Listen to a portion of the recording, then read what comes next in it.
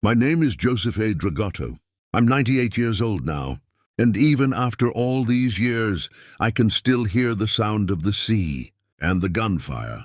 On June 6, 1944, I was just a 19-year-old kid, sitting in a landing craft surrounded by boys who looked just like me, scared, quiet, whispering the same prayer under their breath. They called it Operation Overlord, but to us, it was simply D-Day. The day we were told to storm the beaches of France and help set the world free from a madman. Nobody talked about courage. We just hoped we'd make it home. The sea looked calm, until hell broke loose. When the ramp of our boat dropped, the air exploded with sound. Bullets screamed past us, shells hit the water. Men fell before they even touched the sand. I can still see their faces, young, brave, terrified. The water was cold, and soon it turned red.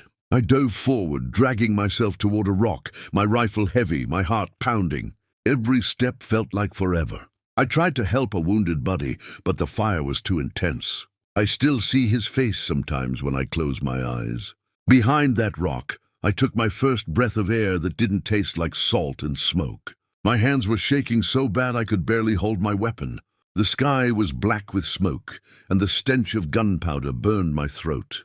Hours passed. The tide carried in helmets, rifles, and bodies. That's when I prayed for real, not the kind of prayer you say in church, but the desperate kind, when you beg God just to let you see another sunrise. And he did. When we finally moved forward, the beach was unrecognizable, a graveyard of metal and sand.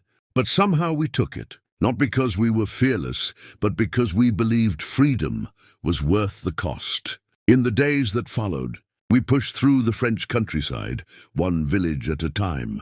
I saw people crying and cheering as we marched in. Children waved.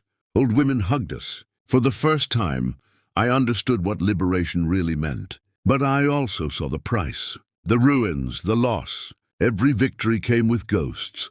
Years later, here I am, sitting on my porch in Florida.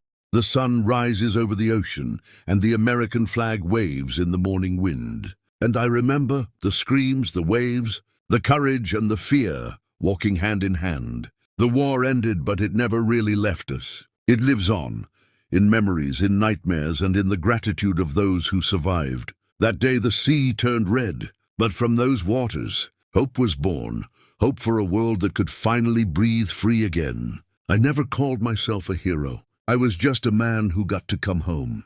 And if there's one thing I've learned, it's this: freedom is the most expensive gift there is, because somewhere, someone always pays the price for it. Joseph A. Dragotto, World War II veteran.